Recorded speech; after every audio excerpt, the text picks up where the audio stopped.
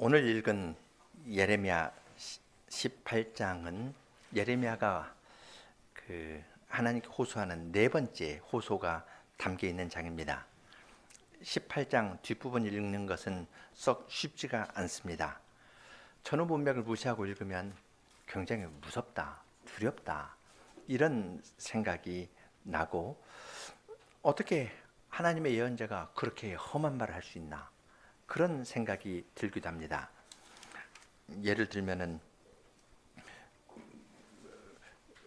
자녀들을 기근에 내어주시고 칼에 세력에 붙이고, 그들의 아내는 자녀를 잃고 과부가 되게 하고, 장정은 사망케 되고, 청년은 전장에 칼을 맞고, 군대가 졸지에 임해가지고 그들이 집에서 부르짖음이 들리게 해주십시오. 이런 말을 어떻게 예언자가 할 수 있을 것인가, 그러한 의문이 들기도 합니다. 그런데 이 말은, 선지자가 드린 이 기도는 선지자를 반대하는 사람이 했던 말에 대한 예언자의 반응입니다. 그 앞에 있는 어떤 말이 있기 때문에 이 말을 했고, 또한 예언자가 말하기 전에 하나님의 말씀이 있습니다. 18장은 앞에는 두 부분의 설교가 있는데요. 처음 1절부터 12절까지는 토기장의 비유와 그에 대한 반응이 있고, 두 번째로는 이 성전을 배경으로 해서 하나님께서 말씀하시는 것과 있고, 거기에 대해서 예언자에 대해서 사람들이 반응하는 것이 있습니다. 두 편의 설교를 하고 설교가 있는데, 첫 번째 설교 뒤에 반응, 두 번째 설교 뒤에 반응, 그런데 반응 다 좋지 않습니다. 그 반응에 대한 것으로 뒷부분에서 예언자가 하나님께 드리는 이야기입니다. 먼저 첫 번째 예를 살펴보겠습니다. 1절로 11절의 이야기인데요. 토기장이 비유로 잘 알려져 있습니다. 이제 토기장이 하면은 아이들에게는 조금 멀리 느껴질 수 있는데, 그 아이들은 미술 시간에 찰흙으로 뭘 만드는 걸 생각하면 좋습니다. 찰흙으로 뭘 만들려고 하는데 찰흙 안에 갑자기 작은 돌멩이가 있어서 내가 만들려고 하는 것에 푹 튀어나오면 어떻게 할까요? 돌멩이 이렇게 탁 내놓아 가지고 만들까요? 아니면 그걸 빼내든지, 아니면 그걸 이렇게 막아가면서 이제 아이들 공작 시간에 진흙으로 뭘 만들 텐데요. 그것도 비슷한 이야기입니다. 이스라엘 사람들은 지금처럼 철로 되거나 그런 것이 아니라 이제 흙으로 만든 도자기를 썼는데, 거기 토기장이라는 건 이런 집에서 쓰는 그릇이나 이런 걸 만드는 그러한 사람입니다. 그런 사람이 잘 익은 진흙을 갖다가 물레 위에 올려놓고 이렇게 돌려가면서 이렇게 빚어가지고 손을 이렇게 해서 하면은 조금 했던 것이 이렇게 높이 올라가기도 하고요. 조금 좁았던 것이 손을 이렇게 넣으면은 이렇게 넓게 돌아가기도 하고, 이런 식으로 하는데, 그 토기장에 가서 그 사람이 만드는 걸 보라고 합니다. 그러면 그 토기장이가 만드는 것을 보고 예레미야가 어떤 생각을 할 때 하나님께서 말씀을 하시겠다 합니다. 하나님께서 말씀하시는 건 매우 생생한 겁니다. 아주 생생하게 이스라엘 백성들이 변명할 수 없을 만큼, 나 그거 못 들었습니다, 혹은 듣고도 깨닫지 못했습니다, 이렇게 변명할 수 없을 만큼 아주 명확하게 말씀하시길 뜻을 보여주신 겁니다.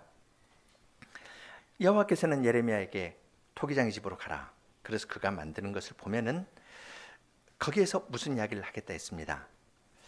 예레미야는 그 말씀에 따라서 토기장의 집에 가가지고요, 토기장이가 뭘 만드는 것을 보았습니다.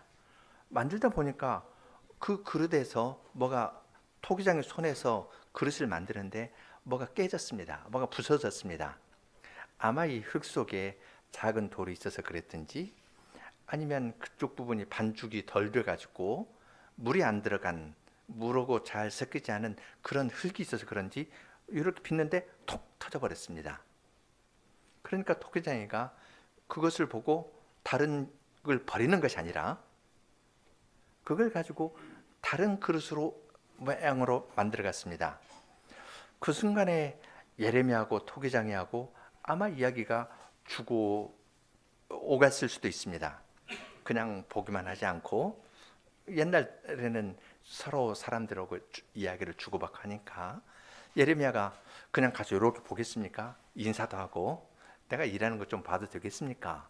예, 보세요 하면은 거기서 이제 보면서 이렇게 만드는 걸 보다가 뭐 툭해서 터졌거든요.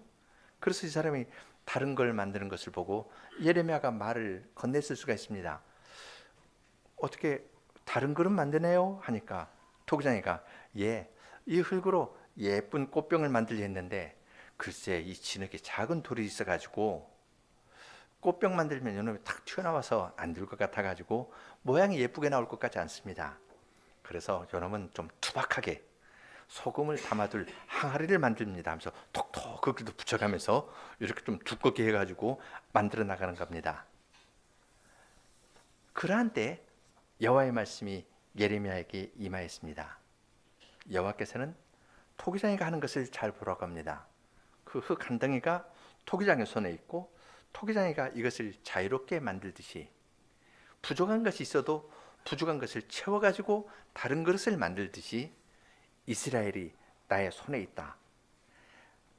이스라엘 백성에게 부족한 것이 있어도 토기장이가 다른 그릇 만들듯이 그들의 부족한 것이 있어도 이스라엘은 토기장이의 손에 있는 흙처럼 내 손 안에 있으니까 내가 다른 것을 만들겠다. 그렇게 이야기를 하셨습니다. 하나님께서는 직접 말씀하십니다.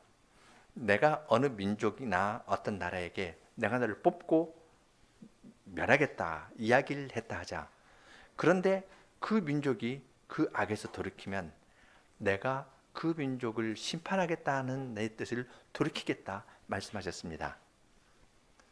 마치 예레미야하고 토기장이가 했던 식의 예우 말로 한다면 예레미야가 하나님께 이렇게 여쭈었을 수도 있습니다. 하나님, 저 왜 토기장이 집에 가라고 하셨나요? 하나님께서 나는 이 우상을 섬기는 나라를 심판하려고 너를 보내려고 했는데 토기장이가 잘못된 것을 보고 다시 마음을 바꿔가지고 새로운 그릇 만들듯이 이스라엘 백성이 회개하면은 내가 내 손에서 심판하려던 뜻을 돌이키고 다른 그릇으로 만들어서 너희를 쓰겠다. 너는 가서 토기장의 집에서 본 이 복음을 이스라엘 사람들에게 전하여라. 이렇게 말씀하셨습니다. 악한 길에서 떠나 선을 행하라. 그러면 너희에게 전한 심판의 선언을 내가 거둬드리겠다. 이렇게 말씀하셨습니다. 그 이야기를 들었을 때 아이들이 예레미야 선지자의 말은 너무 고상해가지고 나 이해 못하겠어요. 그렇게 그렇게 말했을까요? 아이들이라도 공작 시간에 찰흙 가지고 무엇을 만들다가 찰흙에서 뭐가 나와서 다른 모양을 만든 그러한 경험이 있는 아이들이라면 무슨 말인지 다 알 겁니다. 어른만이 아니라 아이들까지도 아주 생생하게 알도록 조금 돌이키기만 하면 하나님께서 너희를 고쳐주겠다. 이렇게 말씀하신 겁니다. 만일 그렇다면 이사야가 했던 말과 같은 말을 하는 것이 좋을 겁니다. 이사야서 64장 7절로 8절입니다. 주의 이름을 부르는 자가 없으며 스스로 분발하여 주를 붙잡는 자가 없사오니 이는 주께서 우리에게 얼굴을 숨기시며 우리의 죄악을 인하여 우리로 소멸되게 하셨음이니이다. 그러나 여호와여, 주는 우리 아버지시니이다. 우리는 진흙이요 주는 토기장이시니 우리는 다 주의 손으로 지으신 것이라. 이사야 선지자는 이 이미지를 가지고 하나님께 호소했습니다. 하나님은 우리 아버지이시고 우리는 진흙이고 주님께서는 토기장이시니 우리의 죄를 용서하시고 우리를 새로 빚어주십시오. 이렇게 기도를 드리는 것이 마땅하였을 겁니다. 그런데 이 첫 번째 강설에 대한 이스라엘 백성들의 반응이 18장 12절에 나옵니다. 그러나 그들이 말하기를 이는 헛된 말이라. 우리는 우리의 도모대로 행하며 우리는 각기 악한 마음에 강팍한 대로 행하리라. 이렇게 이야기했습니다. 하나님께서 그들이 알아들을 수 있는 수준으로 내려오셔서 아주 생생하게 보여주셨지만은 그것은 헛거야, 아무 쓸모없어 하고 하나님의 말씀을 튕겨냅니다. 우리가 계획한 거 있으니까 우리 계획대로 할 거야. 우리 마음대로 할 거야. 이것이 악하다고? 악한 대로 하지? 난 안 돌이킬 거야. 그렇게 이야기를 했습니다. 여기에서 범하는 그들의 죄는 두 가지입니다. 첫째는 이스라엘 백성은 하나님의 손 안에 있는 흙입니다. 흙은 자기 자신을 토기장에게 다 맡겨야 됩니다. 그런데 흙이 토기장이 보고 나 이렇게 해내 저렇게 해내 하고 토기장에게 흙이 요구합니다. 만드는 권한은 토기장에게 있습니다. 그런데 하나님께서 지적해도 이 사람들은 나는 내 마음대로 할 거야. 내 마음이 악하다고? 그럼 악한 마음대로 할 거야. 하고 토기장이 되신 하나님을 무시한 것이 그들의 첫 번째 죄입니다. 두 번째는 하나님께서 말씀하신 것은 그들에게 회개할 기회를 주시는 겁니다. 이미 앞에서부터 성전을 의지해서 성전을 우상처럼 섬기는 것이 그들의 죄였고, 성전을 우상처럼 섬길 때에는 그들이 가나안 사람들의 다른 여러 우상을 섬기고 있었습니다.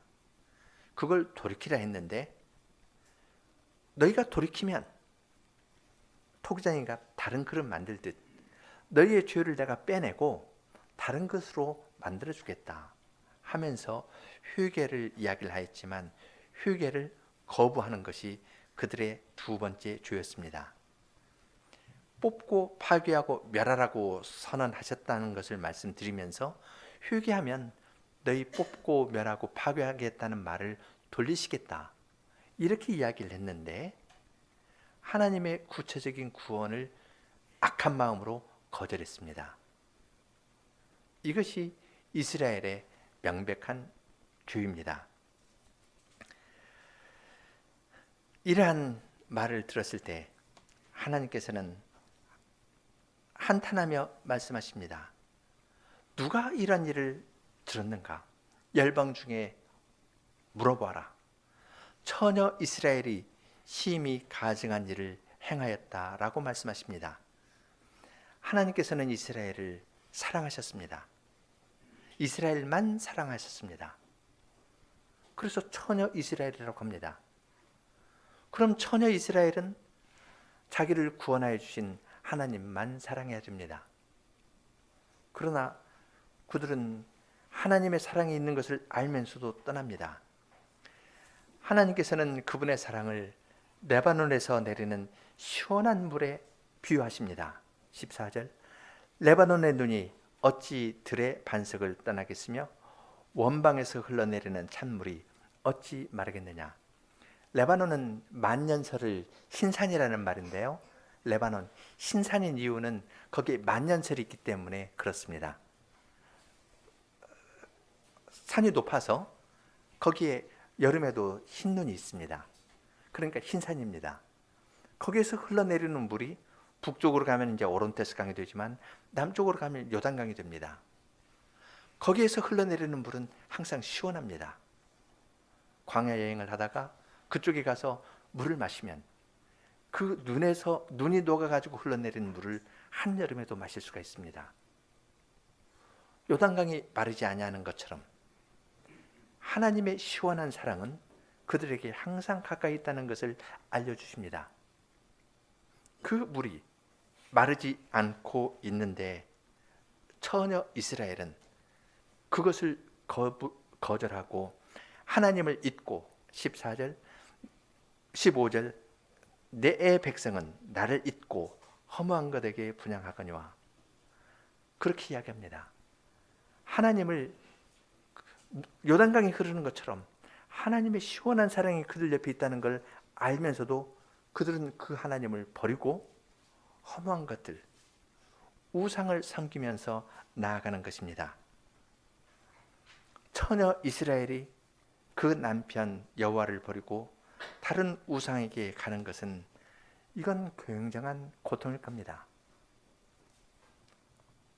우리 사람 사이에서 쉽게 생각할 수 있지 않습니까? 어떤 남자가 어떤 여인을 사랑하는데 사랑을 받아서 어떤 어려움도 넘어서고 어떤 위치에 올랐는데 좀 평안해지니까 이 남편 싫다고 다른 남자에게 가고, 당신 나하고 무슨 상관인데? 하면서 관계를 딱 끊어버린다면, 그러면 사람의 이 남자의 마음이 어떠 있을까요? 하나님께서는 이런 말씀하실 이유도 없으십니다.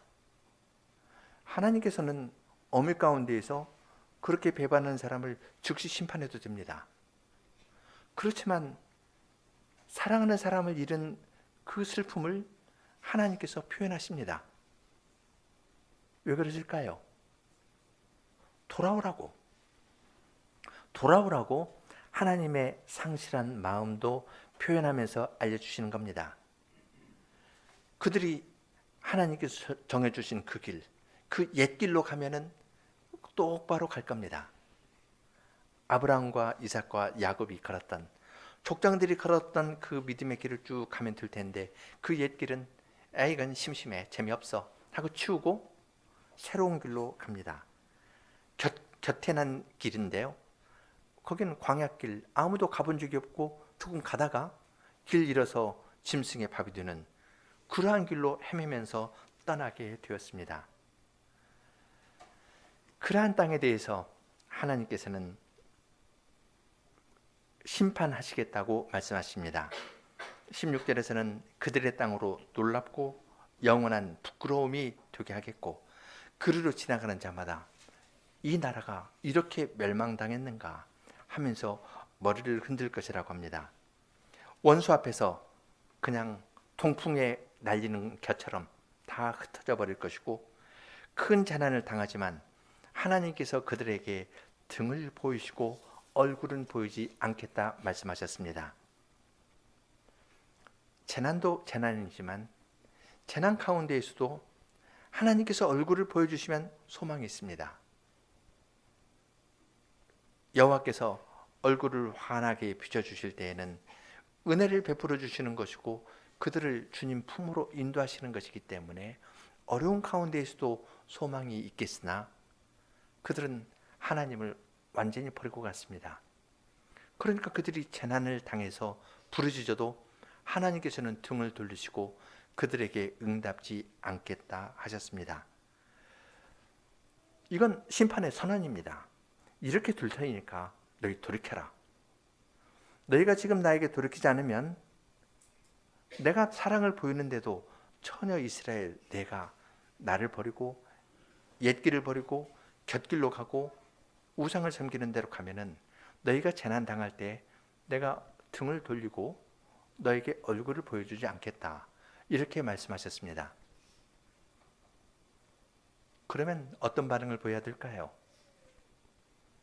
제사를 드릴 때마다 여호와는 내게 복을 주시고 나를 지키시기를 원하며, 여호와는 그 얼굴로 내게 비추사 은혜 베푸시기를 원하며, 여호와는 그 얼굴을 내게로 향하여 드사 평강 주시기를 원하노라.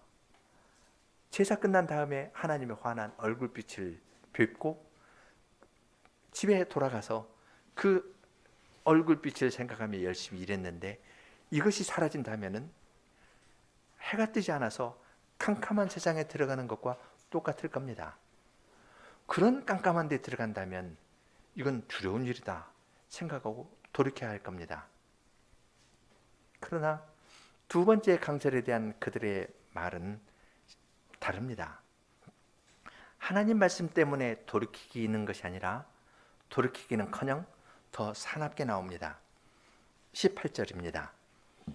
그들이 말하기를 오라 우리가 꾀를 내어 예레미야를 치자.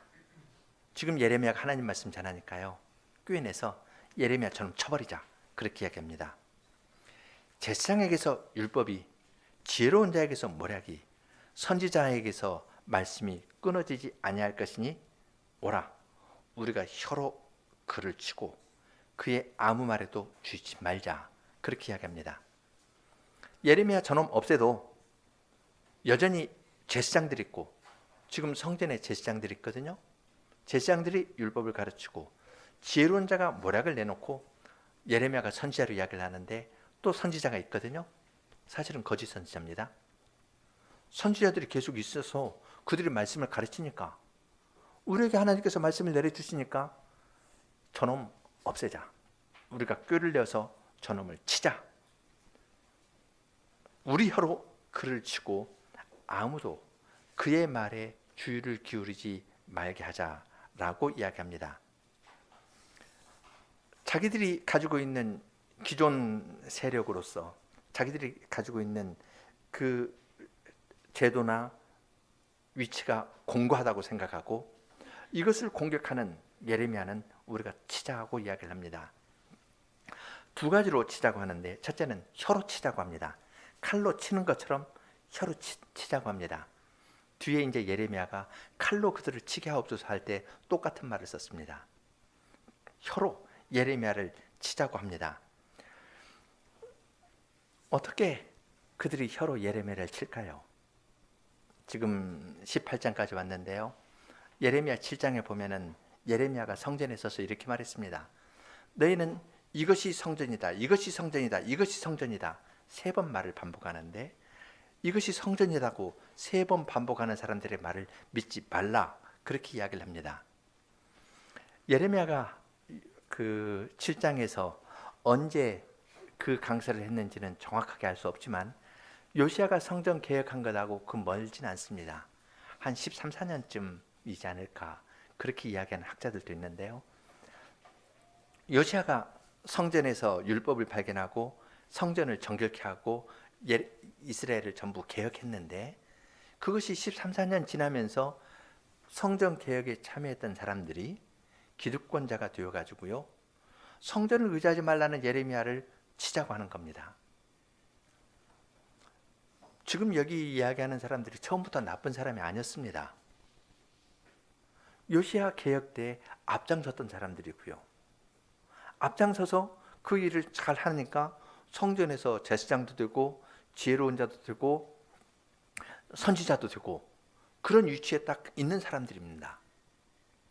그런데 예레미야는 그들의 신앙이 성전으로 향하니까 하나님 말씀을 듣지 않고 성전으로 향하니까 거기에 대해서 지금 지적한 것인데 그들은 그것을 인정하지 않고 예레미야를 혀로 치자고 합니다. 혀로 치자고 말할 때는 그들 마음에 계획이 있습니다. 쉽죠? 이것이 하나님께서 우리에게 주신 우리를 요시야를 통해 가지고 성전을 개혁하고 새롭게 한 증거가 되는 것인데 이 성전이 멸망될 것이라고 한다. 또 우리가 북쪽에서부터 어떤 나라가 와가지고 우리나라가 멸망할 거라고 예레미야가 이야기를 했다. 예레미야는 그 점에서 바벨론 쪽에 붙어있는 매국노다. 우리의 전통을 인정하지 않고 이것을 비판하는 사람이니까 이런 사람은 제거되어야 한다. 이런 식으로 말을 하면은 말로 치는 겁니다. 칼로 치는 것처럼 혀로 쳐서 예레미야를 잠잠케 하는 겁니다. 칼로 치자고 하고 두 번째는 그의 아무 말에도 주의치 말자. 예레미야가 저렇게 소리를 높여서 이야기를 하지만 그의 말에 대해서 반응을 보이지 말자고 이야기합니다. 반응을 보이지 않아서 재풀에 꺾이도록 하자. 그런 뜻입니다. 또 달리 이야기를 하면은 백성들에게 악한 말로 거짓말로 싹 해가지고 백성들의 마음을 싹 돌이키니까 백성들이 더 이상 예레미야의 말을 듣지 못하게 하자는 뜻도 여기 포함됩니다. 거짓말을 유포해가지고 예레미야와 우리 사이, 예레미야와 백성 사이를 편을 딱 나눠가지고 더 이상 예레미야의 말이 먹히지 않도록 하자. 그렇게 이야기를 합니다. 예레미야의 말은 예레미야의 말이 아니라 하나님의 말씀이고 하나님께서 이스라엘에게 처녀 이스라엘아 하면서 그들의 마음을 요구하고 그들의 사랑을 요구하면서 말씀하였습니다. 토기장의 비유를 들어서 너희가 잘못했다고 그 말 한마디 하면은 내가 너희를 심판하겠다는 뜻을 돌이켜서 다른 그릇으로 만들어 주겠다. 그들에게 아주 부드럽게 너 회개한 다음에도 좀 혼나야 돼. 그렇게 하시는 것이 아니라 너 회개하면 내가 새로운 그릇으로 만들어 주겠다. 회개하고 오너라. 처녀 이스라엘아, 너의 사랑을 나에게 다오 하면서 말씀하십니다. 하나님께서 요구하시는 것은 큰 것이 아닙니다. 그런데 지금 여기 있는 제사장이나 지혜로운 자나 선지자들은 이건 예레미야가 전하는 것이 하나님의 말이 아니라 예레미야의 말일 뿐이라고 이야기하는 겁니다. 그의 말을 듣지 못하게 하자. 예레미야를 하나님의 선지자로 인정하지 않고 하나님께서 전한 그 말씀 자체가 사람들의 마음 가운데 뿌리를 내리지 못하도록 막고 있는 것과 같습니다.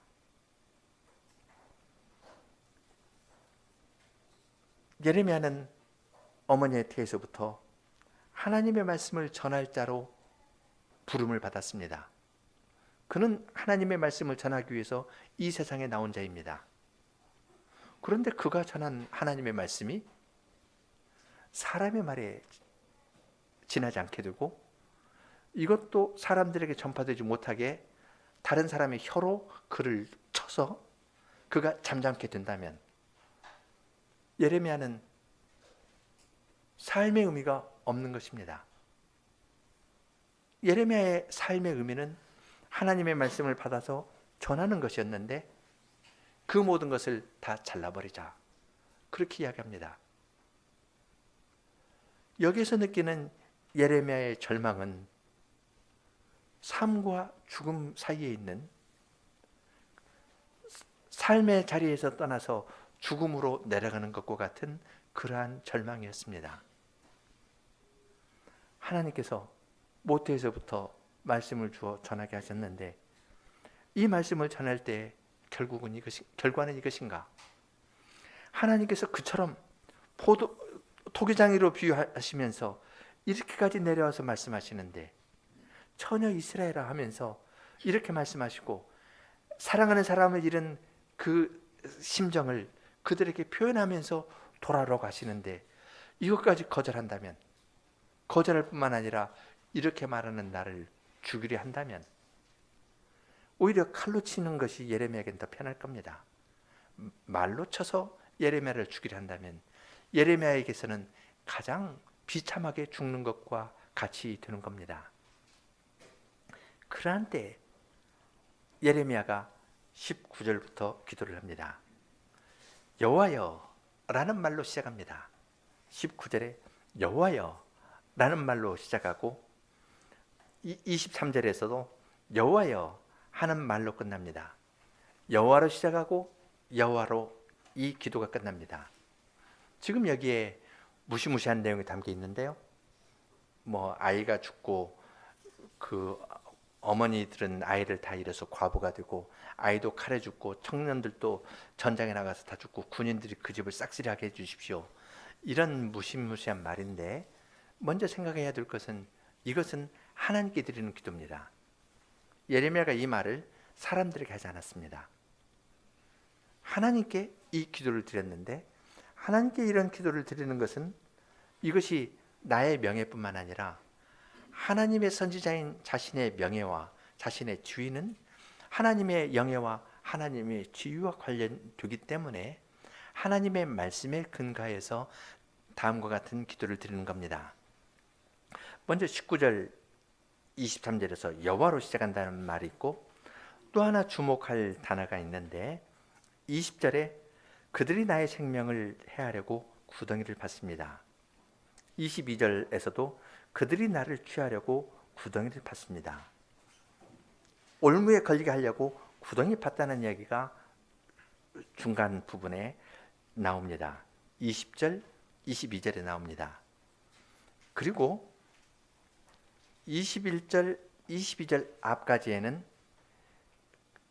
하나님의 진노가 첫째 그들의 자녀에게 임하고 둘째 아내에게 임하고, 셋째 장정에게 임하고, 넷째 청년에게 임합니다. 그리고 22절 앞부분에서는 군대가 그들의 집에 임해서 그들의 집에서 부르짖음이 들리게 해주십시오라고 이야기합니다. 이런 시를 읽을 때는요, 시는 그림입니다. 그림으로 읽을 수가 있는데요, 처음하고 끝은 여호와입니다. 두 번째는 구덩이에 빠진다는 이야기가 있어요. 구덩이에 그럼 뭐 빠지는 사람이 있어야겠죠. 가운데 부분입니다. 가운데 부분, 자녀나 아내나 장년이나 청년, 그들의 집이 구덩이에 빠지는 것 같은 그런 이미지가 그려집니다. 이 구덩이는 원수가 예레미야를 넣으려고 했던 구덩이거든요. 그런데 그들이 예레미야를 잡으려 했던 구덩이 앞뒤 이야기의 중간 부분은 그럼 누가 구덩이에 빠지나 하고 보는데, 재앙이 그들의 자녀나 아내나 장년이나 청년, 그들의 집 전체가 구덩이에 빠진다는 것을 시각적으로 보여줍니다. 그래서 이제 전체를 보면서 시를 하나씩 보는 것이 좋겠습니다. 19절 20절 다시 보겠습니다. 여호와여, 나를 돌아보사 나로 더불어 다투는 그들의 목소리를 들어보옵소서. 어찌 악으로 선을 갚으리까마는 그들이 나의 생명을 해하려고 구덩이를 팠나이다. 내가 주의 분노를 그들에게서 돌이키려 하고 주의 앞에 서서 그들을 위하여 선한 말씀한 것을 기억하옵소서. 선이라는 말이 두 번 나옵니다. 지금 이 부분에서 그 5단어가 두 번씩 나와가지고요, 아주 균형을 잘 이루고 있는데, 그것끼리 또 살펴보는 건 또 유익합니다. 그러나 다 하진 않고 몇 가지만 하겠습니다. 지금 여기 선이라는 말 20절에 두 번 나오는데, 어찌 악으로 선을 갚겠는가? 세상에서 그런 일 없습니다. 그런데 이 사람들은 주님 앞에서 예레미야가 선한 말 한 것에 대해서 악으로 갚으려 한답니다. 예레미야가 하나님 앞에 서서 선한 말 한 것은 무엇이겠습니까? 그것은 이스라엘 백성을 위해서 중보 기도를 드린 겁니다.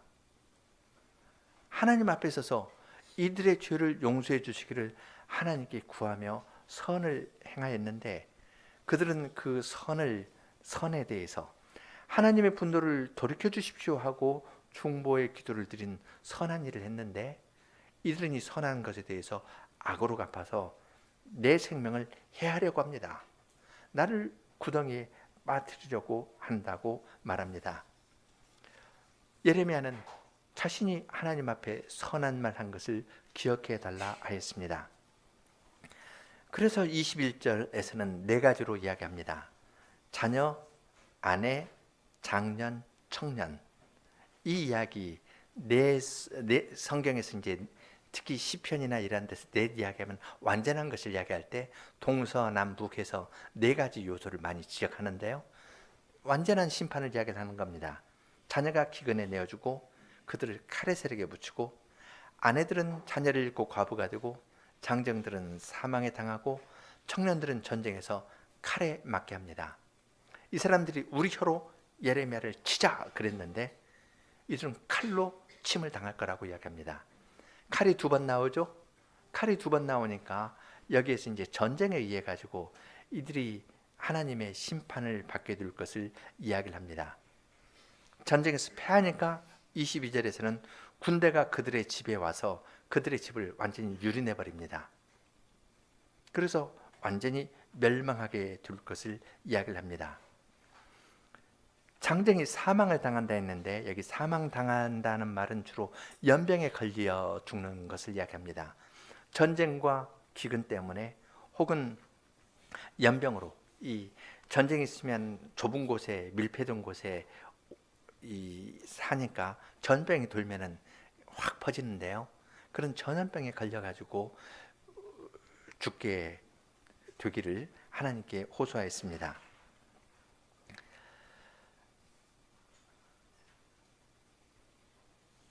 이 구절을 읽을 때 우리에게 어려움이 생깁니다.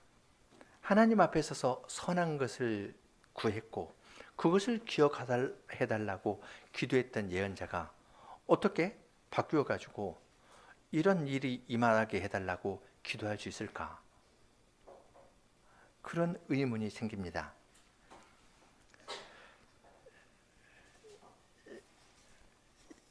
이것은 바로 조금 더 앞에 있는 예레미야 15장 1, 2절의 말씀을 보면은 우리 생각에 좀 도움이 됩니다.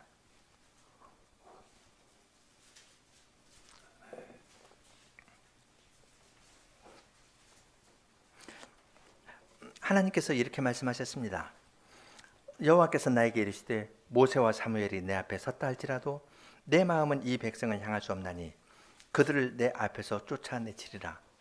그들이 만일 내게 말하기를 우리가 어디로 나아가리오 하거든 너는 그들에게 이르기를 여호와의 말씀에 사망할 자는 사망으로 나아가고 칼을 받을 자는 칼로 나아가고 기근을 당할 자는 기근으로 나아가고 포로될 자는 포로됨으로 나아갈지니라 하라 했습니다.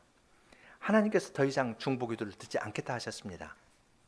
그리고 이들에게 칼로 혹은 기근으로 혹은 포로로 하나님께서 다 보내시겠다고 말씀한 것이 있기 때문에 자기의 중보기도가 더 이상 효력을 발휘하지 못하게 된 상황이 되니까 예레미야는 하나님의 이 말씀의 호소에서 하나님께서 돌이키라고 기회를 줬는데도 끝까지 반역하는 자들에게 이렇게 심판하시겠다 했으니 이 심판의 말씀대로 응하게 해주시기를 구하였습니다.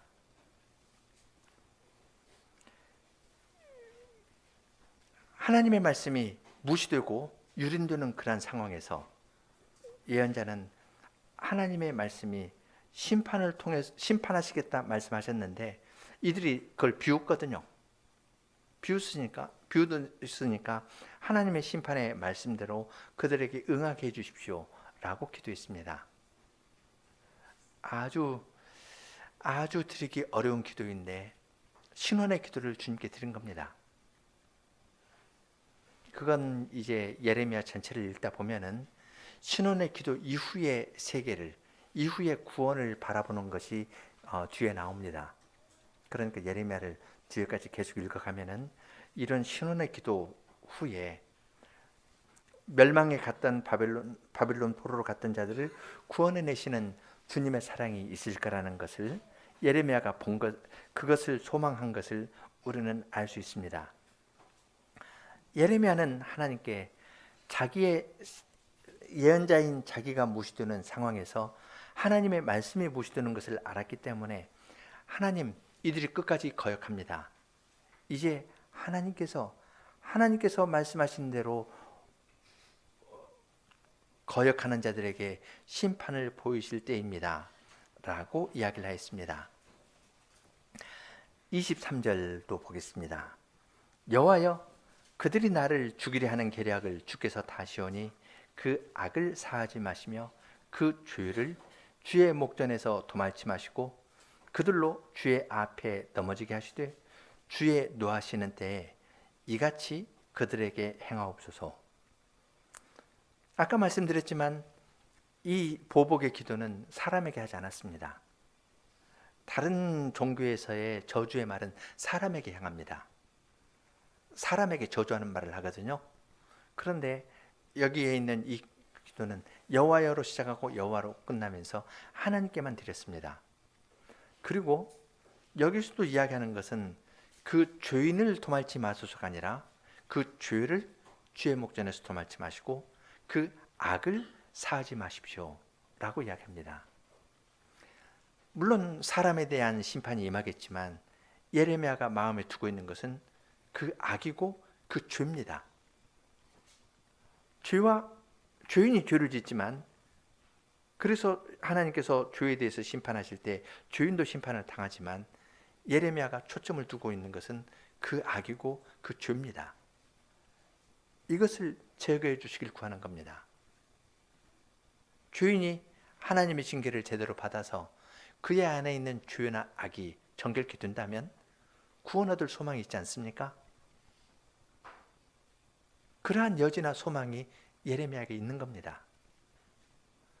어떻게 예언자가 이런 기도를 드렸을까 하는데 죄인으로부터 여러 말을 들으면서도 예레미야가 씨름한 것은 죄와 악이었습니다. 죄인 자체가 아니라 저 사람은 내 편, 저 사람은 다른 사람 편, 사람을 편나눠 놓고 이야기를 하는 것이 아니라 죄와 악입니다. 나에게도 이 죄와 악이 있을 수 있는 겁니다. 죄와 악을 하나님께서 제거해 주시기를 하나님께 호소했고, 주님의 진노하시는 때에 주님께서 행하시옵소서 해서 모든 걸 주님께 맡겼습니다. 토기장이신 주님께 맡겼지, 내가 지금 어려우니까 지금 당장 저 사람 어떻게 해주십시오, 그런 식으로 기도를 드리지 않았습니다. 이것이 하나님께 드리는 보복의 기도를 드리는 예언자의 마음입니다. 18장을 읽으면서 우리는 두 가지를 생각하는데요. 하나는 토기장이 되신 하나님의 사랑과 그것을 무시하는 사람들의 모습이고, 둘째는 신원의 기도를 드리는 예레미야의 심정입니다. 먼저 토기장이를 무시하는 흙에 대해서 생각하겠습니다. 하나님께서는 정말 지혜로운 분이셨습니다. 그처럼 거절하는 사람들에게, 그리고 예언자가 말해도 그냥 멀리 있는 것으로 치워버리는 사람들에게 주님께서는 토기장의 집으로 예레미야를 내려가라 했습니다. 예레미야가 토기장 집에 가서 이렇게 그걸 보고 토기장이하고 이야기를 나눌 때 아마 예레미야만 갔을지, 아니면 예레미야는 요 주위 인물이었습니다. 요 주위 인물이니까 예레미야가 어떻게 하나 해가지고 정탐하려고 좀 스파이 노릇하는 사람도 같이 따라갔을지도 모르겠습니다. 또 선지자가 와서 이야기를 하니까 다른 사람도 더 있었을지도 모르겠습니다. 호기심 많은 아이들도 거기 있었을지 모르겠습니다. 그들이 잘 아는, 아이라도 다 알 수 있는 그러한 소재를 들어서 하나님께서는 그들의 말로, 그들 수준까지 내려오시고 그들의 말로 너희가 인정하면은 아직 굽기 전이니까 내가 이거 새로운 그릇으로 만들어 주겠다, 이렇게 이야기를 했습니다. 그러면 흙은 토기장의 권한을 인정해야 되고, 또한 토기장이가 그처럼 생명의 길을 보였을 때는 그 길을 받아들여야 됩니다. 그런데 이스라엘 백성은 그건 헛된 거야, 그건 헛거야, 우리는 우리 계략대로 하고 우리 악한 마음대로 하겠다, 그렇게 이야기합니다. 사도 바울은 로마서 9장에서 이것을 가지고 말합니다. 이 사람아, 내가 누구에 하나님을 실문하느뇨? 지음받은 물건이 지은 자에게 어찌 나를 이같이 만들었느냐 말하겠느뇨? 토기장이가 진흙 한 덩이로 하나는 귀 있을 그릇을, 하나는 천 있을 그릇을 만들 권이 없겠느냐? 이러한 하나님의 주권과 지혜를 인정하고 사는 것이 사람의 지혜입니다. 그러나 이스라엘은 사람인데요, 사람이 하나님을 실문할 정도가 아니라 나 왜 천 있을 그릇 만들었나요? 이렇게 실문하는 정도가 아니라 이스라엘 백성은 그건 하나님은 헛가야, 우리는 우리 생각대로 하겠다, 우리 악한 마음대로 하겠다, 내 마음 악해? 그래, 나 악한 대로 할 거야 하면서 고집 피우면서 나아갔습니다. 이러한 하나님의 사랑을 거부하는 것이 특별한 사람이 아니라 모든 사람이 다 그렇습니다. 지금 예레미야의 이 말을 거부한 사람은 하나님에 대해서 처음 듣는 사람이 아니라 요시아의 개혁에 참여하여서 그 당시 성전 예배에서 상당한 지위에 올랐던 사람입니다. 믿음의 증거를 가지고 있는 사람일지도 모르겠습니다. 어느 정도 분별력이 있고 적어도 예레미야가 매우 위험한 사람이라는 것을 본능적으로 잘 알고 있는 사람이었습니다. 멍청한 사람이 아닙니다.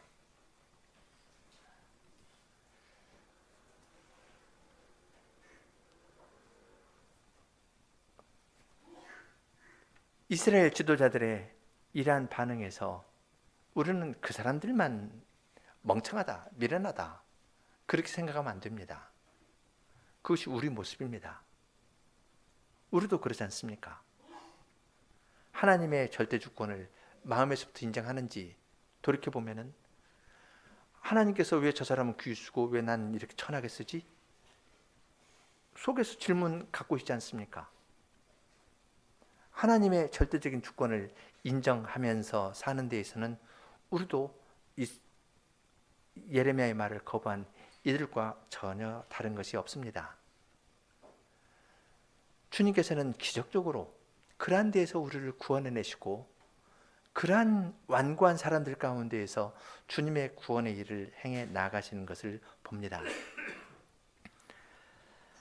그렇게 완고한 자들에게 대해서 하나님께서는 선지자로 하여금 신원의 기도를 드리게 했고 그 신원의 기도를 받아들이셨습니다.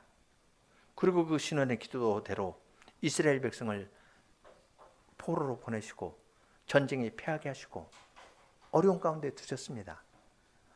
그리고 그 다음에 포로로 갔던 그들을 구원해내신 이야기를 우리는 예레미야의 뒷부분에서 읽습니다. 예레미야 18장 뒷부분에 있는 이 신원의 기도는 읽기가 쉽지 않습니다. 그런데 우리의 현실을 놓고 생각하면 우리는 신원의 기도의 뜻을 잘 알고 신원의 기도를 하나님께 드릴 필요가 있습니다.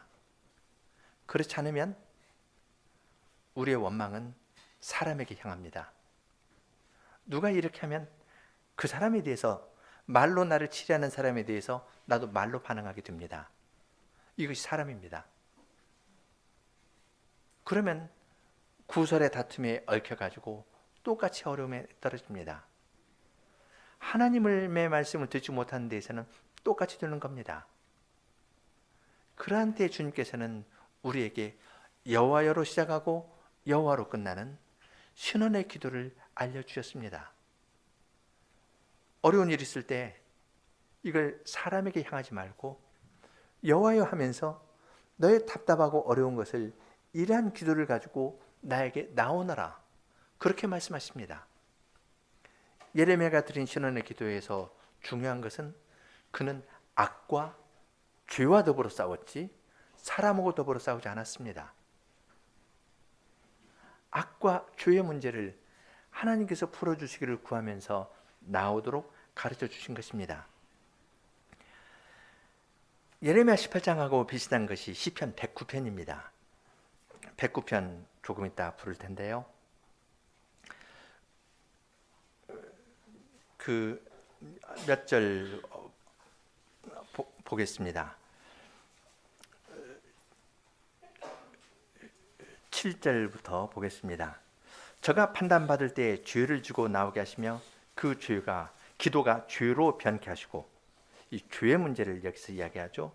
그 연수는 단촉되게 하시고 그 직분은 타인이 취하게 하시며 그 자녀는 고아가 되고 그 아내는 과부가 되며 그 자녀가 유리 구걸하며 그 황폐한 집을 떠나 빌어먹게 하소서.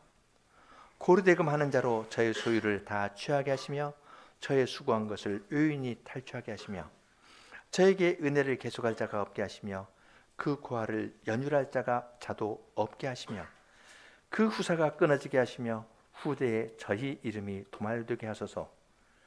여호와는 그 열주의 죄악을 기억하시며 그 어미의 죄를 도말하지 마시고 그 죄악을 항상 여호와 앞에 있게 하사 저희 기념을 땅에서 끊으소서. 이러한 기도를 드렸습니다. 109편에 이러한 기도를 드리는 것은 쉽지 않습니다. 그런데 109편을 읽었을 때 어려운 마음은 110편을 풀을 때 환하게 바뀝니다. 109편에 오른편이라는 말이 2번 나오는데요. 110편에도 오른편이라는 말이 2번 나옵니다. 109편에 신원하는 기도를 드렸는데 이 신원하는 일을 누가 하냐면 110편에 있는 하나님께서 세우신 그 왕이 신원의 일을 할 뿐만 아니라 그분이 멜기세덱의 반차를 조춘 영원한 제사장으로 구원의 일을 함께 이루실 것을 우리들에게 알려주십니다. 신원의 일을 하는 것과 109편에서 신원의 일을 하는 것과 110편에서 중보자로서 구원의 일을 이루는 것은 하나로 연결되어 있습니다. 신원의 기도의 핵심이 죄와 악과 싸우는 것이었다면 이것이 잘 이루어지면 구원의 일이 이루어지는 겁니다. 그러니까 어떠한 어려움을 당할 때 사랑과 관계에서 이야기를 하면 반드시 올무에 떨어집니다. 그거가 아니고 핵심이 죄와 악에 관한 것이었기 때문에 이것을 하나님께 호소하면서 나가면 하나님께서는 주님께서 정하신 때 악인에 대해서는 심판하시든지 돌이키게 하시든지 이건 하나님의 토기장이 되신 하나님의 손에 달린 겁니다.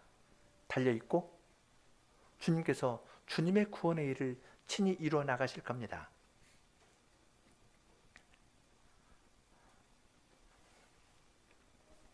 백구편을 읽거나 예레미야 18장을 읽을 때 질문이 있습니다.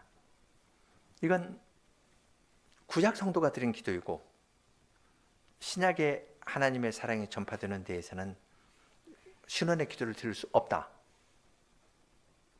혹시 없다고 해야 되지 않을까? 쉽게 해서 그렇게 말하는 자들도 있습니다. 그렇지만 109편의 기도가 있기 때문에 110편의 구속사역이 있습니다.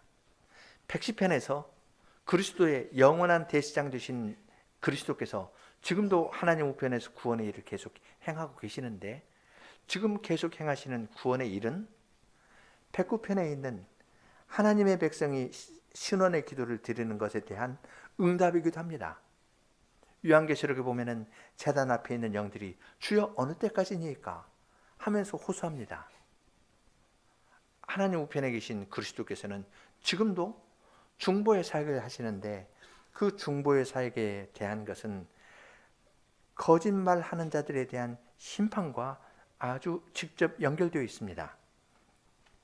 요한계시록에 보면은 21장 8절에 이나 21장 22장 하면은 거짓말하는 자들에 대한 문제들을 다룹니다. 요한계시록 21장 8절 그러나 두려워하는 자들과 믿지 아니하는 자들과 흉악한 자들과 살인자들과 행음자들과 술객들과 우상숭배자들과 그 다음에 말이요 모든 거짓말하는 자들은 불과 유황으로 타는 못에 참여하리니 이것이 둘째 사망이라. 말로 치려는 것들, 거짓을 유포해서 돌리는 것들, 이건 주님께서 가만히 보시지 않습니다. 반드시 심판하십니다. 요한계시록 21장 27절도 마찬가지입니다. 무엇이든지 속된 것이나 가증한 일 또는 거짓말하는 자는 결코 그리로 들어오지 못하되 오직 어린 양의 생명책에 기록된 자들 뿐이니라. 22장 15절 개들과 술객들과 행음자들과 살인자들과 우상 숭배자들과 및 거짓말을 좋아하며 지어내는 자마다 성 밖에 있으리라.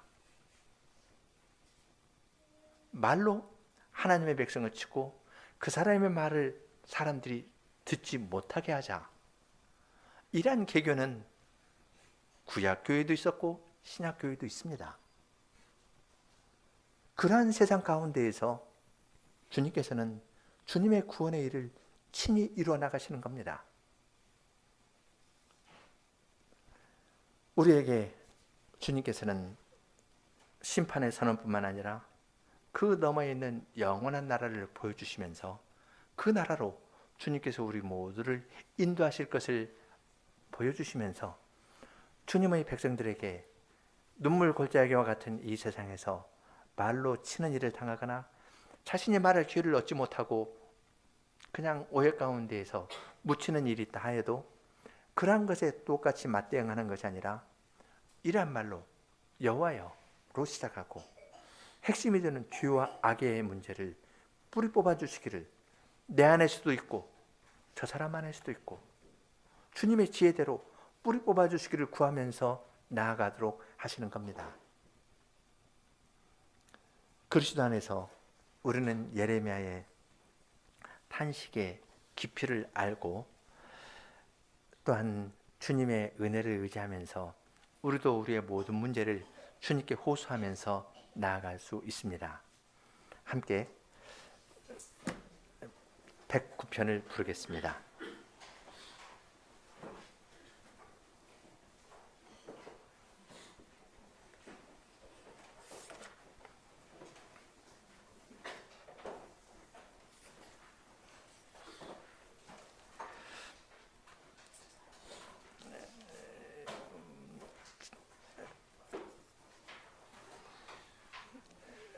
칠 절 함께하고 8절 여성, 9절 남성, 그리고 간주하고 12절 부르겠습니다.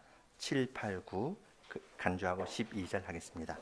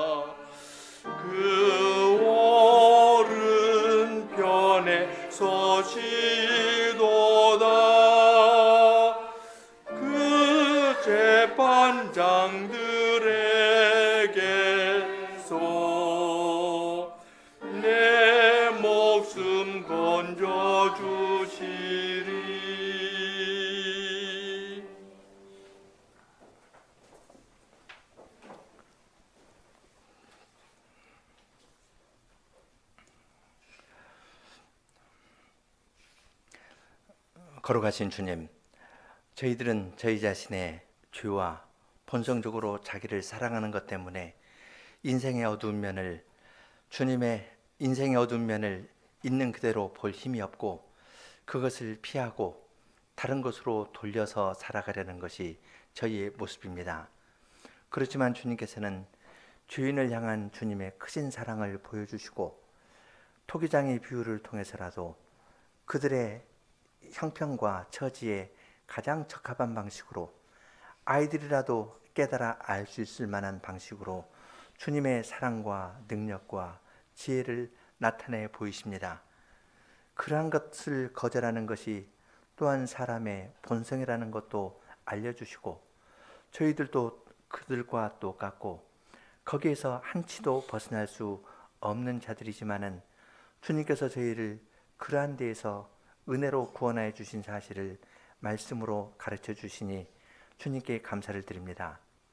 또한 주님의 백성으로 이 세상을 살아갈 때 어두운 세력의 공격이나 개교에 의해서 말로 어려움을 당하는 경우도 있고 어떠한 말을 할 기회도 상실되고 그리하여 나의 삶의 존재 자체가 흔들리는 것과 같은 그러한 일을 겪을 때가 있는데 그러한 때 주님께서는 주님의 백성에게 예레미야의 탄식의 기도를 저희들에게 알려주시면서 이러한 탄식의 기도를 주님께 돌려드리면서 나올 수 있게 하여 주십니다. 그 말을 하는 사람과 싸우는 것이 아니라 죄와 악과 신령한 싸움을 하며 탄식의 기도를 하나님께 드리면서 주님 가까이 나아가고 주님께 피할 수 있는 길을 열어주셨사오니 주의 백성들이 이러한 말씀의 의미를 생각하면서 인생의 어두운 면과 이 삶의 나그네 삶에 고단하고 힘든 것들이 있지만은 그러한 면들을 주님의 말씀으로 등이 씻어내고 이기면서 나아갈 수 있도록 저희를 붙들어 주시고 인도하여 주시기를 구합니다. 예수님 이름으로 기도합니다. 아멘.